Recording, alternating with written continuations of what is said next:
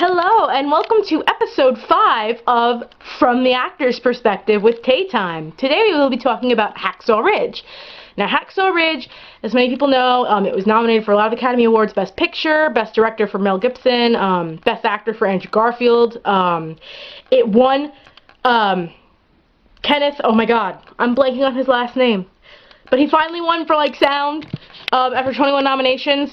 Well deserved, by the way. I believe they also won for editing or sound mixing. It was something to deal with editing or mixing. But let's begin.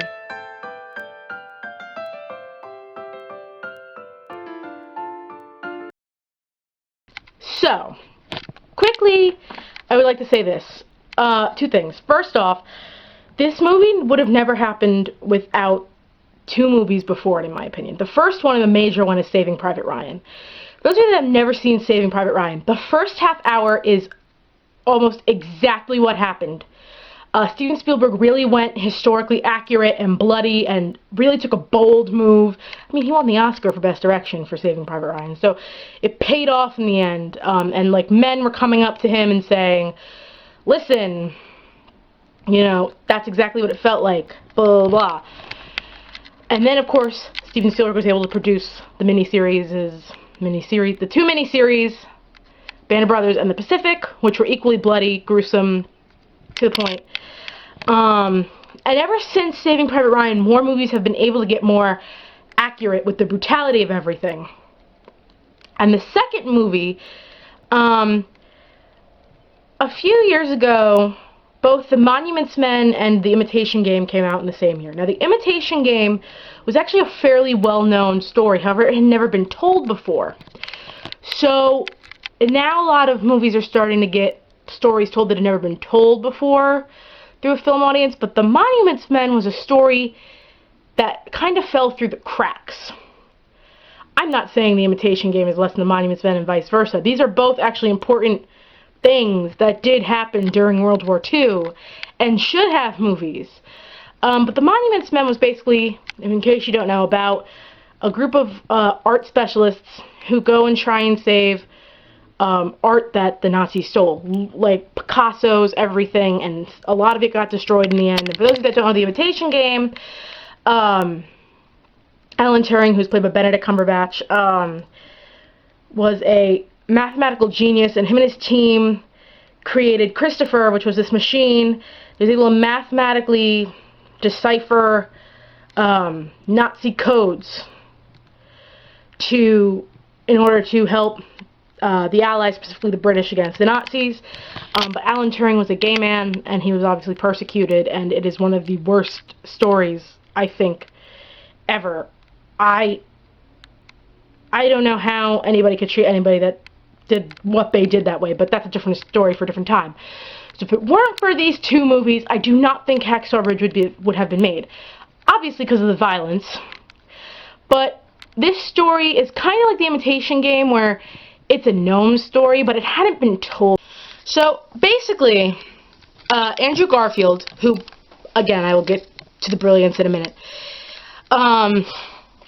his father, who's brilliantly played by Hugo Weaving, lost a lot of friends in World War I, doesn't want his sons going to World War II.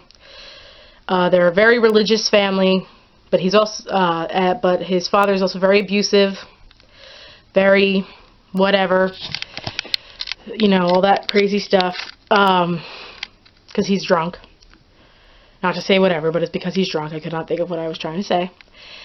And flash forward to when he's older, he's at the church with his mother fixing up the church. When he hears an accident outside, he immediately helps this person. It's kind of very, I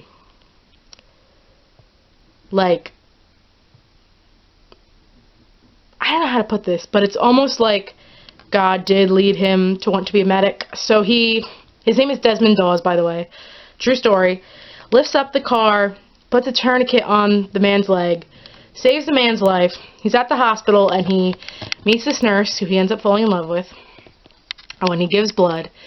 And, you know, his brother comes in, decides to go to the war. His father's like, get out of the house, blah, blah, blah. So Desmond goes to his dad at the graveyard and goes, I signed up to be a combat medic. I don't have to operate a gun. I'm not going to be this, or that. This is what I'm doing. So Desmond goes to boot camp, and his whole team's against him because he doesn't operate a gun. Vince Vaughn, who's his commander, is like confused, but at the same time he's like, no, there are people who don't, you know, their religion states not to kill anybody, or, you know, it's in the Ten Commandments. They are firm believers. Like, Desmond does not eat meat because he is a firm believer. OCRs, I forget what they're called, but I will leave the definition in here now.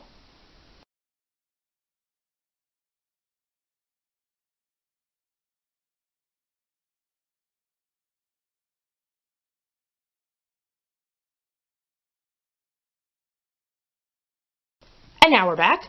So that is what Desmond Dawes was.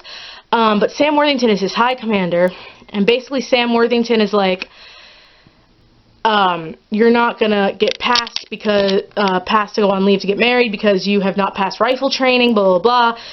Desmond decides, I'm gonna go through court-martial because I feel like I should be able to fight without a gun.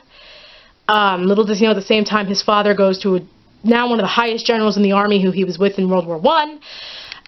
And gets a reprieve, you know, this is the Constitution, blah, blah, blah.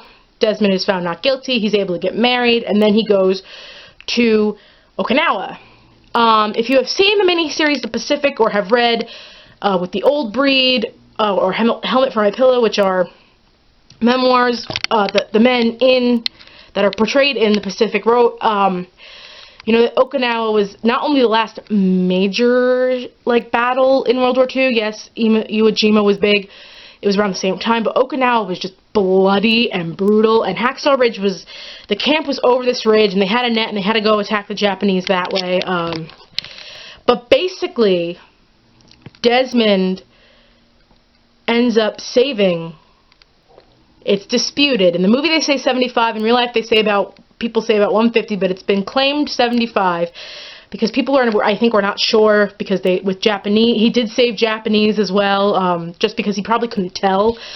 But he ends up saving all these people by hiding them and hiding himself and, you know, all this other stuff, and then, like, literally, like, roping them over the ridge.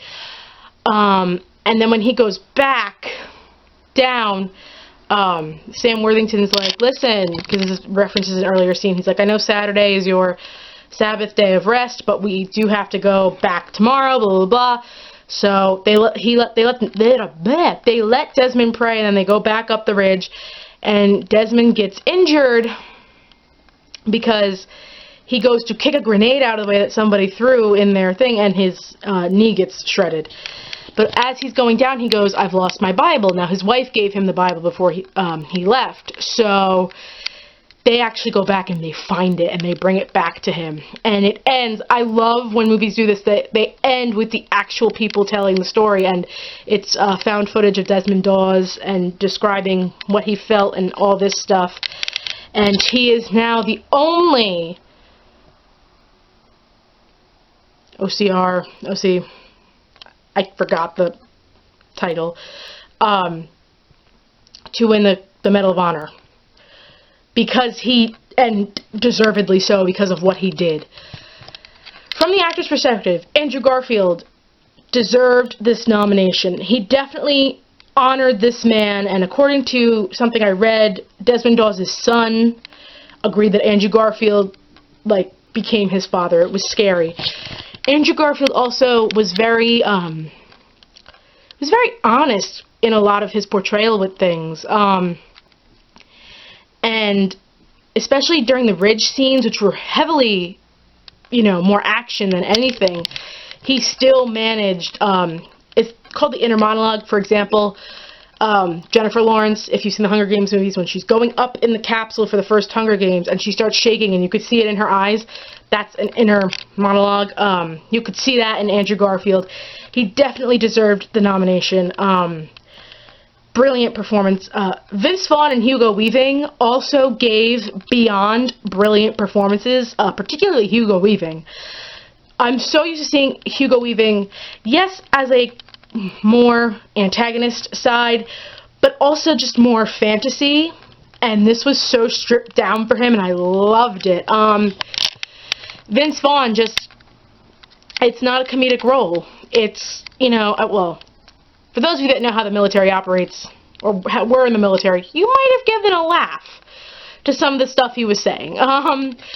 But it was very different for Vince Vaughn, and I actually really appreciated him taking this risk. Actors are always taught you have to take a risk sometimes, and the risk you take may or may not work, but this definitely worked in his favor. Mel Gibson's son is actually in this, and him and the rest of the supporting soldiers all did a really great job. Sam Worthington, nice to see you again. I feel like this was a recurring theme for any film that was potentially considered for an Oscar this year. People who, like, went away for a while and came back. It's so good to see you. He was really good. It was great to see him back again. And also, I have to give a shout out to Teresa Palmer, who played, oh my god, I lost my train of thought, but played Desmond's wife. Brilliant job. It was nice to see you too. I know she left a little while because she did have a baby, so she came back. It was great to see her back. The guy deserved the sound Oscar. I have never heard better blending in my life. I don't know how he lost like 20 times before that. Unbelievable. Score was amazing. Editing was amazing. I loved the realism. Now, I know a lot of people have issues with Mel Gibson. I am just going to speak about this from the actor's perspective. I'm not going to get into any political, personal feelings. From the actor's perspective, his direction was really, really well done. And I can understand why he got the nomination. I mean, it was raw and gritty and absolutely, I mean, disgusting at times, but he got it so accurate, and I thought the actors that he chose were very well done. I thought the direction of some of his scenes were very well done and how they wove together in the end. And, you know, when Desmond was back home, it was late and the war, it was dark. It was very well thought out, processed film. And I do think it deserved an Oscar nod for Best Picture. Again, I still haven't seen all the Best Picture nominees, but now like 90% of them are out on demand. Thank Jesus. So this is the third Best Picture Oscar nominee from this year I've seen. Yes, because I saw Lion and La La Land. So this definitely deserved to be up there with them. I obviously recommend this film as an actor. If you are a person who loves history and loves learning about World War II, again, this is very like The Imitation Game and The Monuments Men, stories that should have been told a while ago. And it's also like Saving Private Ryan and Band of Brothers in the Pacific, where it's gritty and it's dark and very brutal and accurate depictions. So I would highly recommend this to you. As a human being, I would also recommend it. I think the story is actually a really interesting one, and one that, you know, you become intrigued by in the end. So other than that, I hope you enjoyed this episode of From the Actor's Perspective. This is Taylor from Tay Time. Please like and subscribe. Have a good day, guys.